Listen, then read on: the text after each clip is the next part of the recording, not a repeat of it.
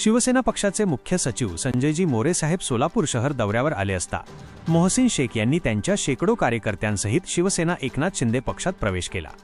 सोलापूर लोकसभा संपर्क प्रमुख महेश नाना साठे, जिल्हा प्रमुख अमर अण्णा पाटील, जिल्हा प्रमुख अमोल बापू शिंदे तसेच शहर प्रमुख सचिन चव्हाण यांच्या नेतृत्वात शिवसेनेचे मुख्य सचिव संजयजी मोरे साहेब यांच्या हस्ते शिवसेना पक्षाचे उपरणे घालून मोहसिन शेख यांचा पक्षप्रवेश करण्यात आला।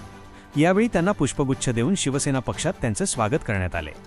यावेळी प्रमुख उपस्थिती सिद्धारामजी म्हेत्रे साहेब, शिवसेना नेते, माजी गृहराज्यमंत्री तथा नांदेडचे जिल्हा संपर्क प्रमुख उत्तम प्रकाश खंदारे साहेब, माजी मंत्री ज्योतिताई वाघमारे, महाराष्ट्र राज्याच्या प्रवक्त्या